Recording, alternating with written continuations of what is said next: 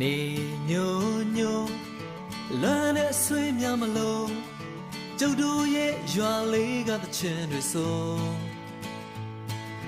ချိန်တန်ပြီဆိုစပါးကင်များမဲဆိုအိမ်ပြန်ချိန်ဆိုစနီးကြောလေးကကြိုနေညိုညိုလွမ်းတဲ့ဆွေးများမလို့ကျုပ်တို့ရဲ့ရွာလေးကသချင်းတွေဆို